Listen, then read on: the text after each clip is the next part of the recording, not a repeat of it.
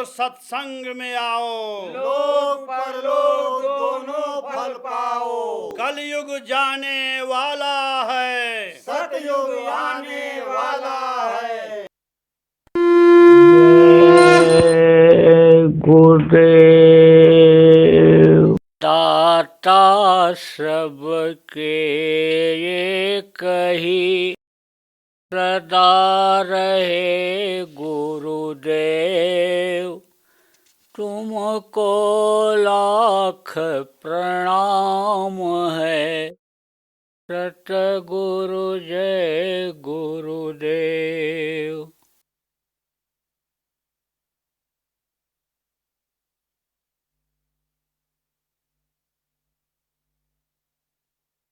ये हाथ है, आँख कान मुँह, ये क्यों बनाया? नभ्या, ये जिभ्या, जिसको नभ्या जिभ्या कहते हैं, इसको क्यों बनाया? अभी भोजन की ज़रूरत न पड़े, बच्चा पैदा करने की ज़रूरत न पड़े तो आदमी को कोई फिक्र रहेगी? कोई फिक्र नहीं रहे, कोई चिंता नहीं रहे। तो यह सब सिस्टम क्यों बनाया और किसने बनाया, यह भी आपको बता दें।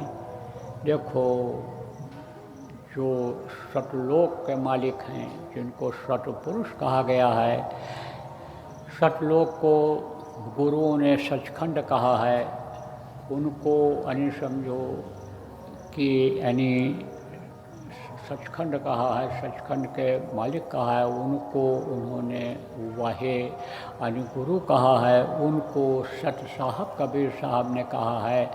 आप ये समझो प्रेमियों, राधा स्वामी कहा है। स्वामी किसको कहते हैं? राधा कहते हैं जीवात्मा को, और स्वामी किसको कहते हैं? मालिक को कहते हैं। यानी राधा सूरत को जानिए, स्वामी मालिक जान। तो वो कौन है? रूहों के बादशाह कौन है? रूहों के मालिक, जीवात्माओं के मालिक कौन है? सतपुरुष हैं, सतलोक के मालिक हैं, वो हैं। तो वो उन्होंने अपनी शक्तियों को अलग किया था, भेद खोला संतों ने, समझो कि इन 5 का, बाकी वो भी गुप्त हैं। जानकारी तो है लेकिन प्रकट नहीं किया। एक आध का नाम संतों ने योग जीत जैसा का लिया है, बाकी तो समझो कि अभी वो गुप्त हैं। आदेश नहीं है कुछ ऊपर के लोगों का भेद खोलने का। समय समय पर ये भेद संत खोलेंगे आगे जब समय आएगा, लेकिन अभी तो नहीं। तो उनमें सबसे छोटे थे कौन? जिनको निरंजन भगवान कहा गया। इन्होंने बहुत तपस्या किया और तपस्या किया पिता का दर्शन के लिए। बाकी लोगों को नहीं हुआ, बाकी लोगों को अब भी नहीं हो रहा है। प्रार्थना सब कर रहे हैं, दर्शन की इच्छा सब रखते हैं, उनके याद में हमेशा रहते हैं, लेकिन अब भी नहीं होता है। लेकिन इनको हुआ, खुश हो गए। सतपुरुष खुश होकर के बोले, मांग लो जो तुमको मांगना है। तो इन्होंने उनके जैसा ही राज्य मांग लिया। अच्छा नहीं लगा उनको, मेरे जैसा, मेरे बराबरी का ये मांग रहा है, मेरा ही अंश और मुझसे ही मांग रहा है, मेरा ही बेटा, मेरा अधिकार मांग रहा है पूरा, मेरे रहते हुए, और सब कुछ ये मांग रहा है, रहन सहन और ऐसा सारी चीज़ें मेरे जैसा मांग रहा है। अच्छा नहीं लगा, लेकिन वचन दे दिए थे, कहा ना, प्राण जाई बरु वचन न जाई, रघुकुल रीति सदा चली आई। इस देश की यह परंपरा रही है, इस यानी समझो कि सृष्टि की परंपरा रही है कि कोई किसी को वचन दे देता था, पूरा अक्षरशः पालन करता था, चाहे समझो कि जिंदगी ही गंवानी पड़े, लेकिन वचन का पालन करता था। कितनी गरीबी झेला राजा हरिश्चंद्र ने, कितनी तकलीफ़ें झेली वचन के पालन के लिए ही। तो वचन के पालन के लिए ही राजा शिव ने कबूतर के बदले में सारे शरीर के मांस को काट करके चढ़ाने का संकल्प बना लिया। खुद भी तराजू में बैठ गए थे, आप लोग इतिहास में पढ़ते हो। तो वचन दे दिया था, वचन का पालन किया। वचन का पालन किया तो कहा ठीक है, अब राज्य को चलाने के लिए, बनाने के लिए तो ज़रूरत पड़ेगा साजो सामान की। कोई जिला जैसे बना दो आप, तो जिला बनाने के लिए जेल बनाना पड़ेगा, कोतवाली बनानी पड़ेगी, कलेक्टर ऑफिस बनाना पड़ेगा, जितना भी काम होता है सब करना पड़ेगा। तो उसके लिए फंड चाहिए, उसके लिए आदमी चाहिए, उसके लिए जगह चाहिए। ऐसे ही अब इनको इधर विस्तार करना था, तो बोले अब हमको आप मसाला दो। तो मसाला दिया उन्होंने। तो मसाला दिया तो उन्होंने क्या बनाया, ये सृष्टि की चीज़ें पहले बनाई। आप ये समझो कैसे बनाए, उसी शब्द के द्वारा, शब्द में ही ताकत दिया, और शब्द में ताकत दिया तो उस शब्द के ताकत से ही ये सब बनते चले गए। अब इसको और साफ कर दें, क्लियर कर दें कि जैसे देश का प्रधानमंत्री हो, गृह मंत्री हो, किसी अधिकारी को अधिकार दे दे कि जाओ तुम ये यानी समझो कि बसावट कर दो, जाओ तुम कल कारखाना लगवा दो, जाओ तुम ये इंतज़ाम कर दो, ये ज़िला बना दो, ये प्रांत का इंतज़ाम कर दो, किसी को आदेश हो जाए, किसी मंत्री को, किसी यानी समझो अधिकारी को आदेश दे दे, तो पावर जुड़ जाता है उसके साथ। उसकी ज़बान में पावर रहेगा, उसके व्यवहार में पावर रहेगा, उसके पास रुपया पैसा भी आएगा और उस काम को वो कर देगा। ऐसे ही यानी पावर मिल गया, पावर मिल गया इनको किसके द्वारा, शब्द के द्वारा। जैसे कह ही दिया, कह दिया जाओ तुम, जाओ ये काम करो, तो पावर मिल गया। जब आदेश हो गया तो आदेश मिल गया था तो पावर मिल गया, तो शब्द में पावर आ गया, और उसी शब्द से इधर की रचना हुई, आवाज़ से ही इधर की रचना हुई। सूर्य बनाए गए, चंद्रमा बनाए गए, इनके ही यानी समझो दोनों से, इनसे ही ये अग्नि और हवा और धरती ये सब बना था, एक दूसरे से बने। यूट्यूब पर सत्संग आप सुनोगे तो बताया भी गया है कि किससे क्या बनता है, आज बताने का समय नहीं है। आप जो सत्संग सुनते रहते हो, आपको बताया गया है कि ये इन्हीं से एक दूसरे की रचना हुई है, बने हैं। और जब महाप्रलय होता है तो ये एक दूसरे को ही समेट लेते हैं, खा जाते हैं एक दूसरे को।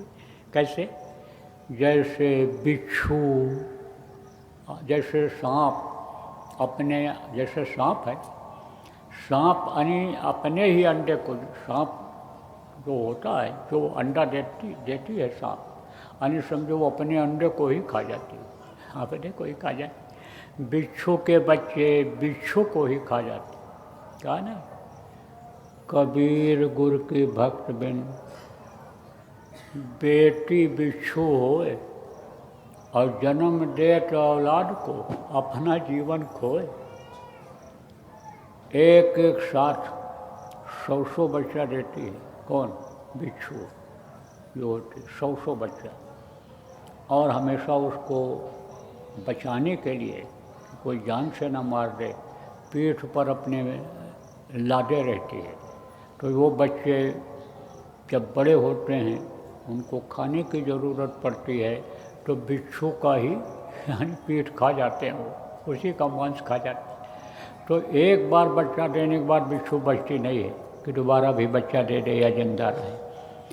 तो ये कहा गया है कि अगर भजन नहीं करेंगे, कबीर साहब ने कहा कि भजन अगर नहीं करोगे तो बिच्छू की योनि में जाना पड़ेगा, सांप की योनि में जाना पड़ेगा। ऐसे ही तो समझ लो कि ये जो तत्व हैं एक दूसरे को खा जाते हैं, एक दूसरे को ये तत्व खा जाते हैं। ये जब महाप्रलय होने को होता है, जब क़यामत जिसको कहते हैं आने को होता है, तो एक दूसरे को ये ख़त्म कर देते हैं। पृथ्वी यानी किससे बना, जल से बना, तो पृथ्वी जल में घुल जाती है, और जल को समझो कि सूर्य खींच लेता है, और उसको आकाश खींच लेता है, इस तरह से ऐसे खींच लेते हैं, हवा खींच लेता है, ऐसे खींच लेते हैं एक दूसरे को। तो है वो यानी आती है शक्ति, जिससे चंद्रमा से शक्ति आती है रज बनने की, किस में, इनमें बच्चियों में, और पुरुष में सूर्य से गर्मी आती है, किन में, मनुष्यों में।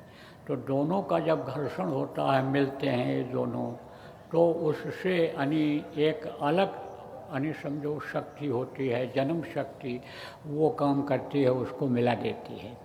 तो जन्म मोटे बार समझो, जन्म अष्ट परिणामी वृद्ध और क्षीण ये शक्तियाँ काम करती हैं उसमें, किसको, बच्चे के बनाने में।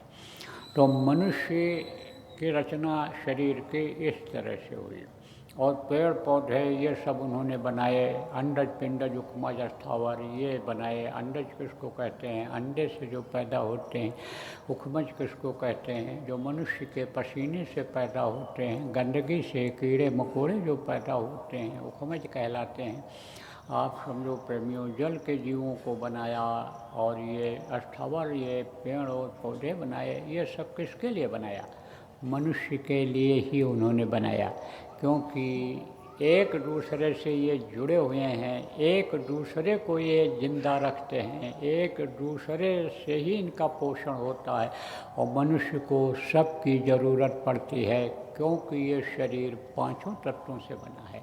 जल, पृथ्वी, अग्नि, वायु और आकाश, इन पांच तत्वों से पंच रचित यह अधम शरीरा, छित जल पावक गगन समीरा। वे पांच तत्वों का जो शरीर बना है, ये जो पुतला बना है, ये जो शरीर बना है, ये किससे चलता है?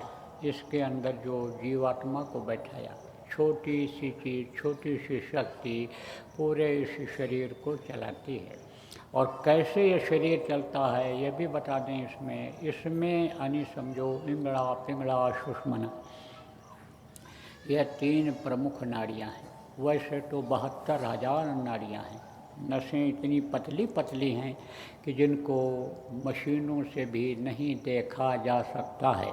और ऑपरेशन में जब वो कट जाती हैं, दब जाती हैं, तो समझो स्थान शून्य हो जाता है। आप समझो कि वो सिस्टम बिगड़ जाता है। ऑपरेशन में यही होता है। तो आपको समझने की ज़रूरत है कि नसों के द्वारा पूरे शरीर का संचालन होता है। इंगड़ा, पिंगड़ा, सुषमना, ये तीन नाड़ियाँ ये जुड़ी हुई हैं यहाँ। कोई ब्रह्मांड में जुड़ी है, कोई आँखों के पास जुड़ी है। रीढ़ की हड्डी के किनारे किनारे से ये ऐसे जैसे सांप चलता है, इसी तरह से यानी ये ऐसे घूम घूम करके कहाँ तक आई हैं? यहाँ तक जहाँ से मल निकलता है। और यहाँ से फिर और अन्य नाड़ियाँ निकली हैं, जो कोई हाथ की तरफ जा रही हैं, कान की तरफ जा रही हैं, कोई कान को चला रही हैं, कोई पलकें चल रही हैं, जिसकी वजह से ये समझो हाथ चल रहा है। ये यानी समझो कि रोएं को यानी भोजन मिल रहा है, बालों को भी भोजन मिलता है तब ये बढ़ते हैं। तो इसी तरह से ये सब भोजन देने का काम करती हैं ये। और ये जो नाड़ियाँ हैं किससे सक्रिय होती हैं? ये प्राणों की गति से होती हैं, प्राणों से होती हैं। प्राण कितने तरह के हैं? 10 तरह के हैं प्राण। प्राण अपान समान व्यान देवदंजय, इनकी व्याख्या भी है। इन प्राणों का काम क्या है ये बताने का समय नहीं है, लेकिन अलग अलग प्राणों का अलग अलग काम है। जैसे मान लो गुदा स्थान पर जो प्राण है वो मल को बाहर निकालने का काम करता है, गंदगी बाहर करने का काम करता है। आप ये समझो इसी तरह से कोई जमुआई लाता है, कोई यानी आँखों के पलकों को हिलाता है, कोई जबान को हिलाता है। इनका अलग अलग काम है। और सबसे जो प्रमुख प्राण है वो कहाँ पर है? हृदय में है, यहाँ पर है। यही चलाता है। धोकनी ऐसे चलती रहती है और वही जब रुक जाती है, हवा नहीं मिलता है, तब समझो कि कहते हैं हार्ट फेल हो गया। वो किससे चलता है? हवा से चलता है। प्राण भी हवाई होता है। बहुत से लोग कहते हैं अरे उनकी हवा निकल गई, हवा निकल गई साइकिल की तो पंचर हो गया, साइकिल आगे बढ़ नहीं सकता। ऐसे हवा निकल गई तो धड़ाम से ये शरीर गिर जाता है। कहा गया ना कि सुंदर देह पड़ी रही, निकस गए जब प्राण, सबको यूँ कहा था अब ले जाओ शमशान। तो इस तरह से समझो कि प्राण ही इसको चलाता है। तो हवा ही हवा देता है। किसको देता है? अन्य प्राणों को देता है। ये जो प्रमुख हवा है अन्य प्राणों को देता है। तो ये समझो आपकी जीवात्मा बैठी हुई है इन दोनों आँखों के बीच में, और उसकी जो ताकत है वो यहाँ पैर के अंगूठे तक काम करती है।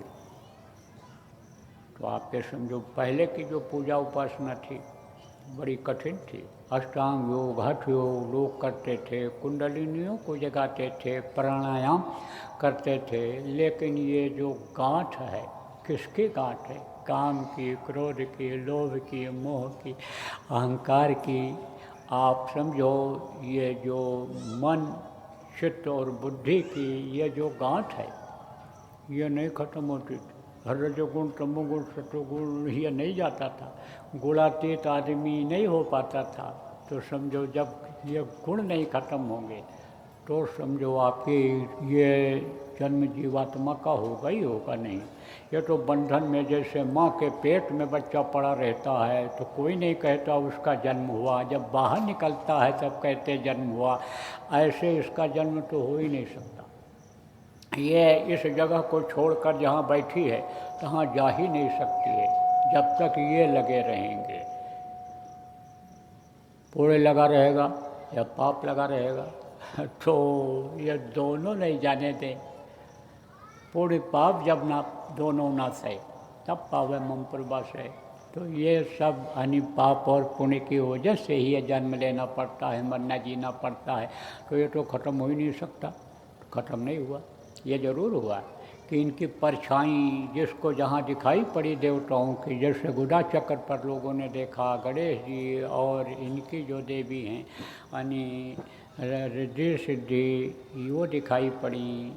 आप समझो आगे बढ़े, जब ये चक्र रुका आपका इंद्रिय चक्र जो ये चक्र शरीर को चलाने में मदद करते हैं, वहाँ देखा यहाँ पर ब्रह्मा और सावित्री गायत्री बैठी हुई हैं। और आगे बढ़े यहाँ देखा कि जो है विष्णु और लक्ष्मी नाभि पर दिखाई पड़े। और आगे बढ़े शिव और पार्वती का दर्शन किया, आद्य महाशक्ति का कंठ चक्र तक, लेकिन आगे नहीं बढ़ पाए उस क्रिया के द्वारा। और उम्र ख़त्म हो गई।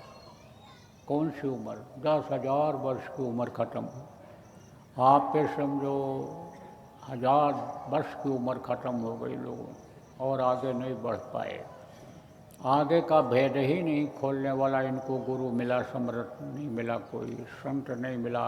जो आदि और अंत को जानने वाला होता है वो संत होता है। तो वो आदि को बटन जानने वाला नहीं मिला। अंत वाले तो ये मिल गए, इस यहाँ आ कर के फंस गई, इसके जानकार मिल गए, लेकिन ये जाएगी कहाँ? इसका अंत हो जाएगा आवागमन का। इसके संत नहीं मिले, इसके गुरु नहीं मिले, इसलिए आगे नहीं बढ़ पाए। और कर्म लोगों के गंदा होता चले गए, इसलिए उनको नरकों में जाना पड़ने लग गया। बहुत लोग नरकों में चले गए और अब भी सजा भोग रहे हैं। सतयुग, त्रेता, द्वापर यानी समझो के जीव भी अभी तक समझो कि भटक रहे हैं, अभी तक नहीं पहुंच पाए। और इनमें जिनके बुरे कर्म बन गए त्रेता द्वापर में, वो अब भी नरकों में पड़े हुए हैं, 84 में भटक रहे हैं। तो ऐसी दशा देख जीवों की, जब ये चिल्लाए तकलीफ होती है तभी तो जय गुरु बोलते हो, तभी तो चिल्लाते हो भगवान राम लेते हो नाम, राम राम राम कृष्णा हरे कृष्णा हरे कृष्णा हरे शिव जी, तभी बोलते का दुख में सुमिरन सब करे, सुख में करे न कोई, जो सुख में सुमिरन करे तो दुख काहे को? दुख पड़ता है जब सुमिरन करते हो। सुमिरन माने क्या होता है? याद करना। और जब दुख दूर हो जाता है फिर भूल जाते हो, फिर इस माया के देश में काया के सुख में मस्त हो जाते हो। ये काया को आराम मिल जाए, बस खाने को, सोने को, सम्मान मिल जाए, इसी में फंस जाते। तो जब मार पड़ी नरकों में, चिल्लाए, तो जीव किसके हैं? बेटा किसके हैं? उसी सत्पुरुष के, उसी ने तो भेजा है। लड़का जेल में बंद हो जाए तो पहले तो बाप कहता है कुछ न बोलो, भोग लेने दो, जस करनी तस भोगो ताता, नरक जात क्यों पछताता, जाने दो उसको जेल में, पश्चाताप कर लेने दो, सुधर जाएगा तब कराएंगे। लेकिन जब बार बार खबर आती, पिताजी छुड़ा लो, अब गलती नहीं होगी, एक बार मौका दे दो, एक बार आ जाने दो मुझको बाहर, बार बार जब खबर भेजता है तो संत हृदय नवनीत समाना, कहा कबिन पे काहे न जाना। माँ और बाप का जो हृदय होता है संतों के समान होता है। बेटे को देख करके, सुन करके उसकी दशा पसीज ही जाते हैं। किस में? मोह में। मोह सकल व्याधिन कर मूला, मोह पैदा कर दिया, मोह पैदा कर दिया, इसीलिए तो कि बंधे रहो इसी बंधन में। इसी परिवार के बंधन में बंधे रहो। अब यही नहीं समझ पाते हो नामदानी लोग जो आप हो कि परिवार के मोह में, परिवार के बंधन में इतने जकड़ जाते हो कि गुरु को भूल जाते हो। तो कहा है ना संत ने कि जितना परिवार से प्रेम करते हो उतने प्रेम गुरु से कर लो तो भी काम बन जाए। जाति प्रीति कुटुंब थे, जैसी प्रीत कुटुंब से वैसी गुरु से होए। और कह कबीर ता दास का पला न पकड़े कोई। कबीर साहब ने कहा कि जितना प्रेम परिवार से करते हो उतना ही प्रेम अगर आप गुरु से कर लो तो कोई भी पल्ला पकड़ नहीं सकता है आपका। पल्ला किसको कहते हैं? बच्चियों धोती पहनती हो, दुपट्टा ओढ़ती हो, अब कोई आप भगने लगो, जाने लगो, अब कोई उसको पकड़ कर धोती को खींच ले तो आबरू तो पहले बचाओगी, नंगा होने से पहले बचोगी। पल्ला पकड़ लिया तो आदमी कब्जे में आ गया। जैसे ब्रह्मफांस भेजा था किसने? यानी रावण ने। किसके लिए? हनुमान को पकड़ने के लिए। तो ब्रह्मफांस किसको कहते हैं? जनेऊ को। धागा होता है, 3 धागा होता है उसमें बटा हुआ, लेकिन उसकी मर्यादा उनको रखनी थी कि मर्यादा ख़त्म हो जाए अगर हम इसको तोड़ देंगे। और उसी में बांध करके ले आए। कला बहुत आती थी रावण को, बड़ा जानकार था वो। तो समझो मांस खाता था, शराब पीता था, बुद्धि उसकी खराब हो जाती थी, दूसरे के माँ बहन बहू को गलत नज़र देखता था, इसीलिए राक्षसी प्रवृत्ति आ गई थी, राक्षस हो गया था। तो राक्षसों का विनाश तो अवश्यंभावी होता है, होना होता है। दुष्ट हमेशा रहते हैं, आज नहीं तो कल दुष्ट खत्म ही होते हैं। वो तो जो अच्छे कर्म होते हैं उसकी वजह से उनकी बचत होती रहती है, बुराई करते रहते हैं। जैसे अच्छे कर्म खत्म हो जाते हैं तैसे ये पाप और ये बुराई उनका विनाश कर दिया करती है। इस बात को समझो आप। तो आप ये समझो प्रेमियों कि पला न पकड़े कोई, उसका कोई बाल नहीं बांका कर सकता है। आप समझो किसका है? जो गुरु से प्रेम रखता है। तो मैं आपको बता रहा था कि मुसीबत पड़ता है तब याद करते हो, हमेशा याद करते रहो, हमेशा अगर प्रेम बनाए रखो तो भी सब बात बन जाए। तो जब चिल्लाए नरकों में तो दया हो गई उनकी। किसको भेजा समझाने बताने के लिए, निकालने के लिए, जीवों के उद्धार के लिए? संतों को। तो संत जब आए तो उन्होंने इस गांठ को खोलने का, निकलने का तरीका बता दिया। तरीका बता करके यही जो आपको सुमिरन ध्यान भजन बताया गया कि धनियों को याद करो, इनको खुश करो। जब ये खुश हो जाएंगे तब ये बाधा नहीं डालेंगे, नहीं तो इनका काम क्या है? इनका काम बाधा डालना है। देवी और देवता जहाँ ये देते हैं वहीं पर इनकी मर्जी या इनके लिए जो आदेश है उसका पालन जब आदमी नहीं करता है तो ये सज़ा भी दे देते हैं। क्यों? किसके अधीन है ये? उसके अधीन है कि जिसके अंश आए। तो उन्होंने कहा काल रूप तिनकर में व्रता, काल का भी मैं काम करता हूँ। तो ये दयाल भी हैं, दया न करें, हवा न चलावें पौन देवता तो मर जाए आदमी, मेघराज पानी न दें भूखा मर जाएगा। जहाँ ये परवरिश करते हैं, जहाँ ये देते हैं, इनके नियम के खिलाफ जब काम होने लगता है तो ये सज़ा भी देने लगते हैं। इसीलिए सूखा, इसीलिए अकाल, इसीलिए महामारी, इसीलिए बीमारी, इसीलिए आंधी, इसीलिए तूफान, इसीलिए ये भूकंप, धरती हिलने लगती है, ये सज़ा भी देने लगते हैं। अब इनको क्या जिम्मेदारी मिली है, इनको क्या काम मिला है कि जीवों को निकलने मत दो।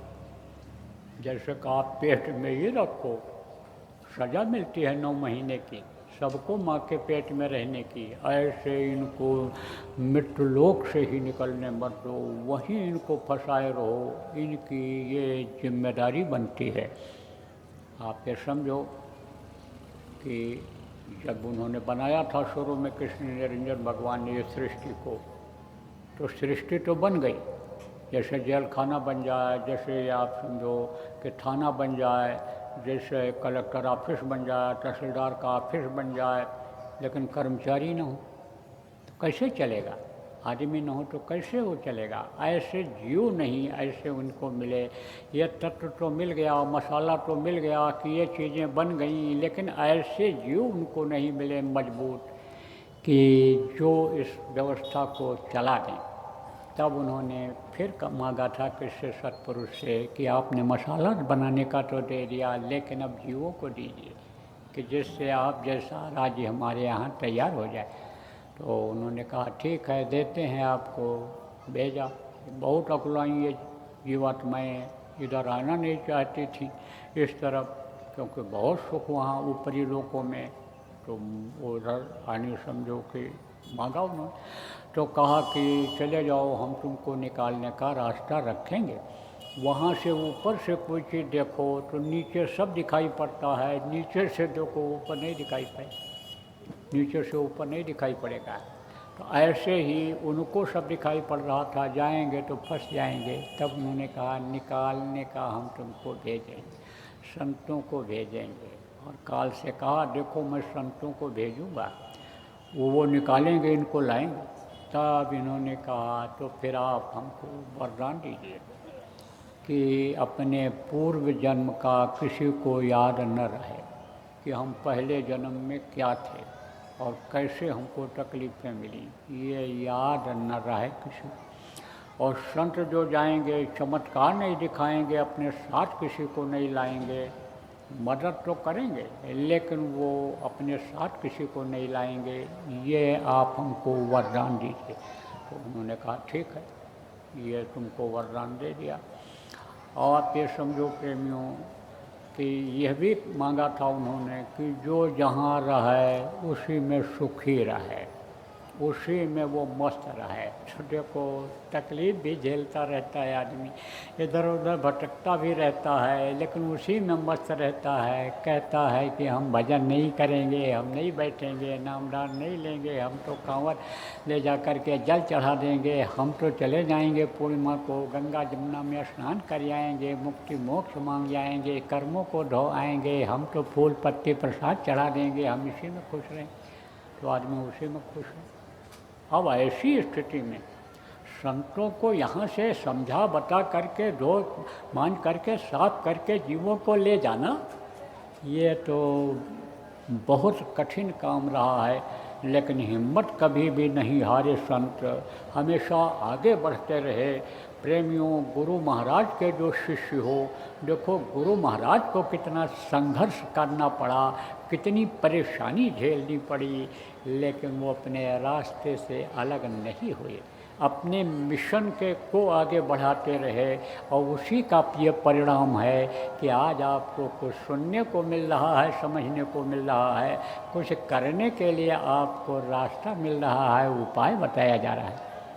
प्रेमियों, आप ये समझो जब संत आए तो संतों ने नीचे की जितनी भी साधना थी, ये प्राणायाम, अष्टांग योग, हठ योग, कुंडलिनियों का जगाना, ये सब कर दिया बंद। और वहाँ का रास्ता खोला, कहाँ का? आँखी मध्य पाखी चमके, पाखी मध्य द्वारा, और ते द्वारे दूरबीन लगावे, उतरे बहुत जल पारा।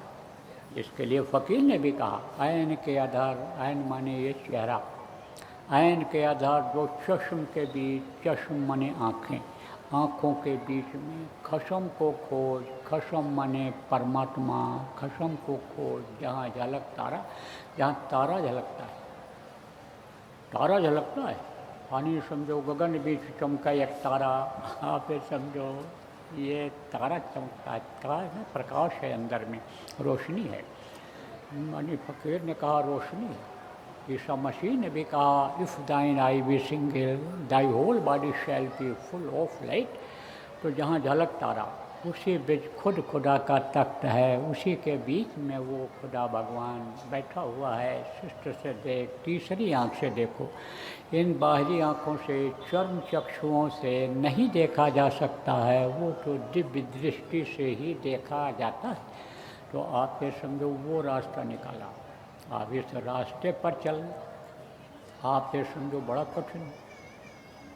धनुष को तोड़ना उस वक्त पर आसान नहीं था। कब? जब राजा जनक ने कहा था कि सीता का ब्याह करके ले जाएगा।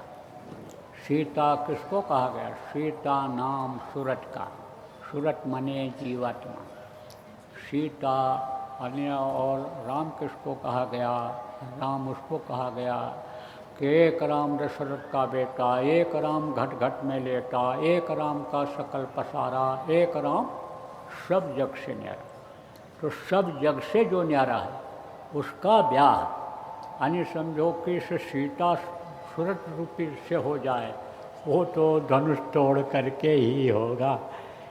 तो उस समय पर धनुष तोड़ना यह बड़ा कठिन काम था, बहुत कठिन काम था। अब ये धनुष तोड़ना ये अभी कठिन काम है। कैसे धनुष, ये भी बता दें आपको। ये आत्मा कहाँ बैठी है? यहाँ पर।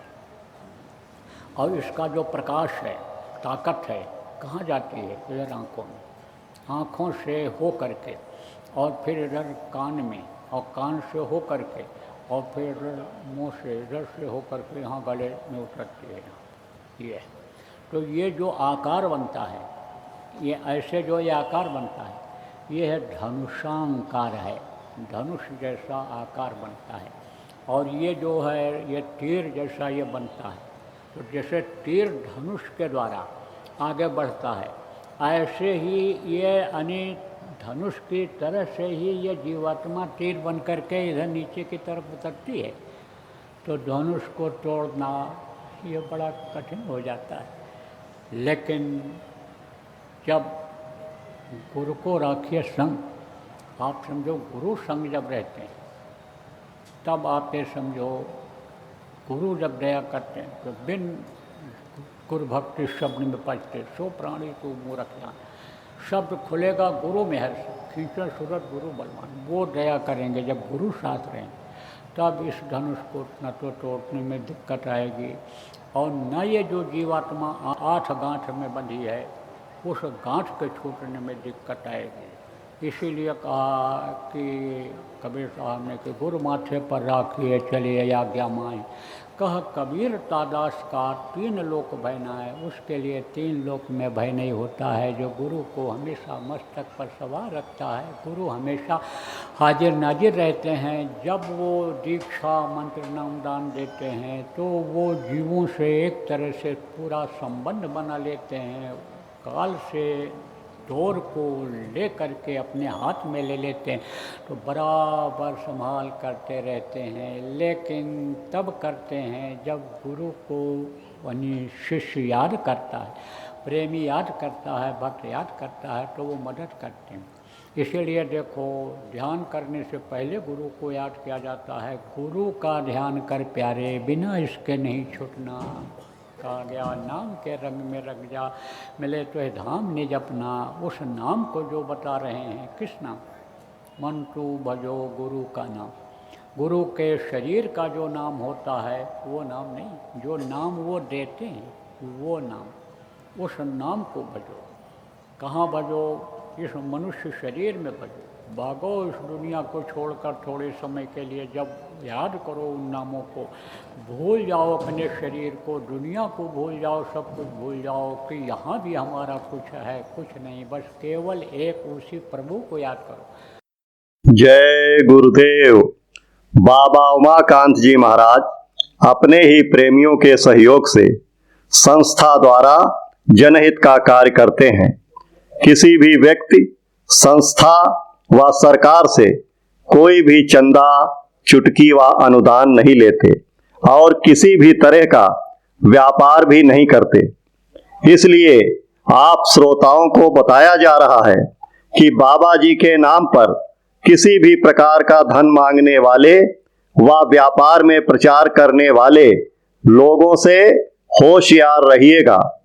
आपसे यही कहना है कि सत्संग सुनो, समझो और अच्छा लगे तो मानो। आने वाली बीमारी तकलीफों से बचने के लिए कुदरत व सरकारी नियम का पालन करो। आपके सुझाव के लिए व्हाट्सएप नंबर 9575600700। जय गुरुदेव, जय गुरुदेव।